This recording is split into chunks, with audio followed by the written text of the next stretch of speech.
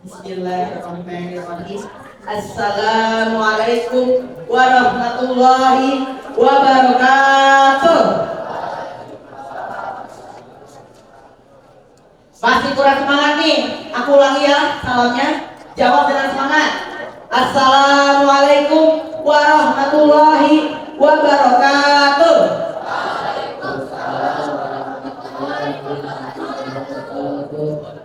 Inna hamdalillah nahmaduhu wa nasta'inuhu wa nastaghfiruh wa na'udzu billahi min shururi anfusina wa min sayyiati a'malina may yahdihillahu fala mudilla lahu wa may yudlil fala hadiya lahu. Asyhadu an la ilaha illallah wahdahu la syarika lahu wa asyhadu anna Muhammadan abduhu wa rasuluh alladzi la nabiyya ba'da. Amma ba'du.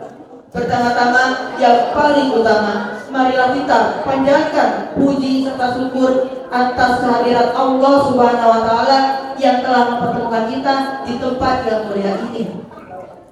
Sholawat serta salam tidak lupa kita sudah limpahkan kepada junjungan kita, Habibana wa Nabiyana wa Maulana Muhammad sallallahu alaihi wasallam, kepada keluarganya, sahabatnya, hingga kita selamatnya hingga akhir zaman. Amin. Marhaba ya akhi ya ukhti ya antum ya antuna. Perkenalkan, ismi Rahmi Yusuf Maulana dari kelas 9A.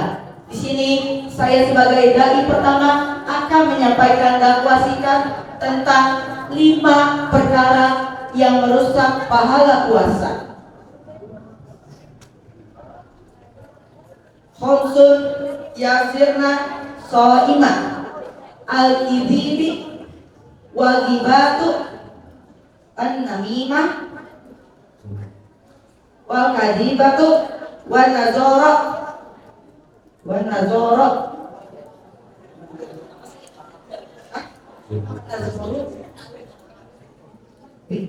bisyakwa. Nah, dari Anas bin Malik radhiyallahu anhu, ia berkata bahwasanya Rasulullah Shallallahu Alaihi Wasallam bersabda bahwasanya 5 hal yang dapat merusak pahala puasa, yakni berdusta, ghibah, mengadu domba, bersumpah palsu, dan yang terakhir memandang yang tidak harus dipandang. Mengadu domba, bersumpah palsu,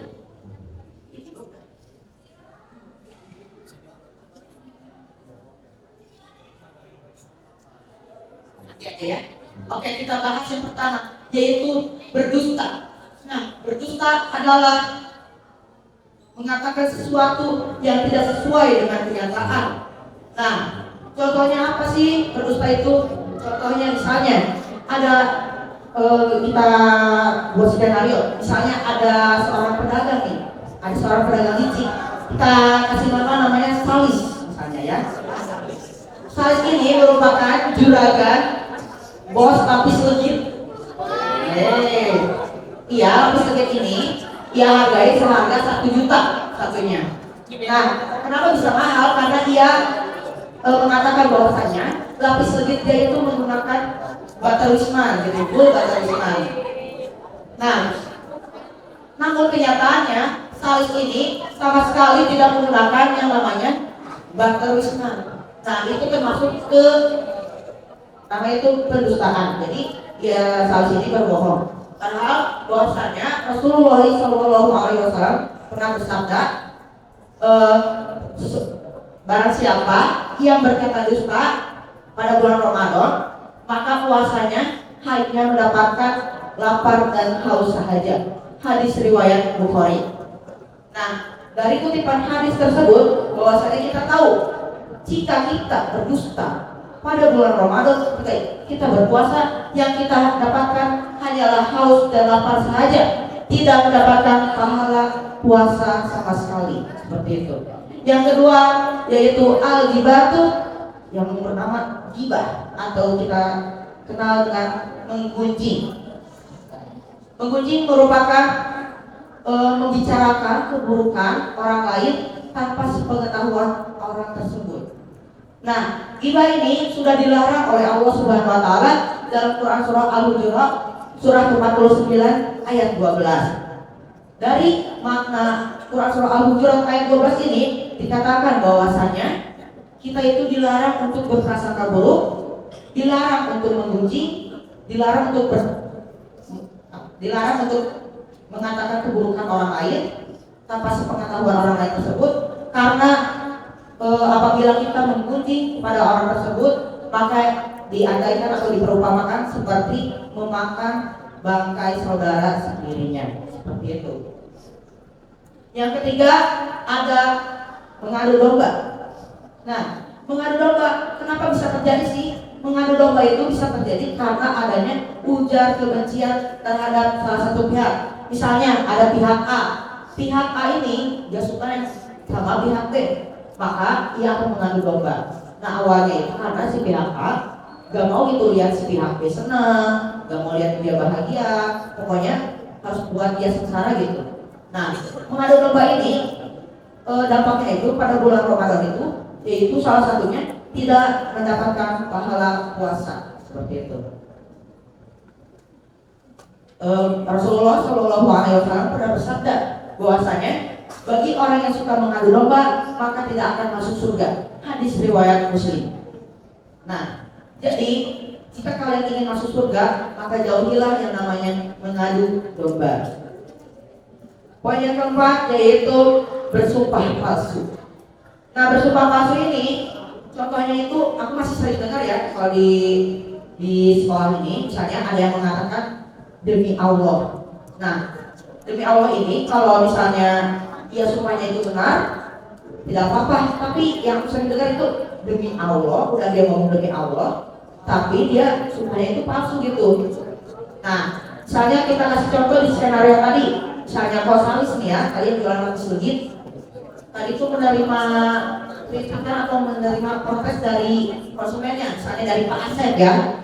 Nah, dari Pak Asep ini mengkritik, memprotes bahwasanya tapi sedikitnya tidak memakai baturisma gitu full ya, tapi nggak pakai baturisma sama sekali gitu. Nah, Salis itu berbohong katanya, demi Allah mah saya tidak memakai saya tidak berbohong mah gitu katanya.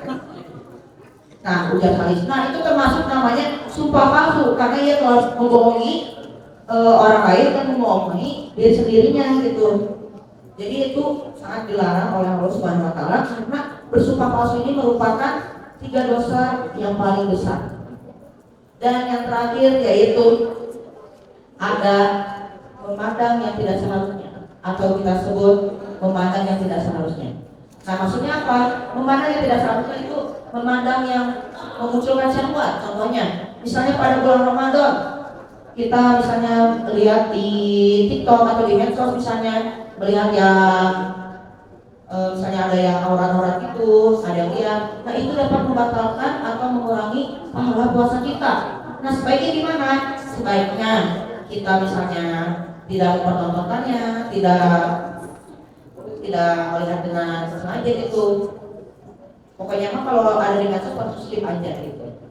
Nah, jadi kesimpulannya yang dapat membatalkan atau mengurangi pahala puasa kita ada 5. Yang pertama berdusta, yang kedua ada ghibah, yang ketiga ada adu domba, keempat bersumpah palsu, dan yang terakhir ada memandang untuk syahwat. Nah, mungkin cukup sekian dari saya. Terima kasih bagi yang sudah mendengarkan dari awal hingga akhir. Jazakallahu khairan katsiran. Undur maqala wa nafzul maqala. Khairun nasi anfa'uhum linnas. Sebaik-baiknya manusia ialah yang bermanfaat bagi orang lain. Pak Tatang lagi kelas. Gak butuh kata-kata soalnya udah berkelas. Alhamdulillahirabbil alamin. Wassalamualaikum warahmatullahi wabarakatuh.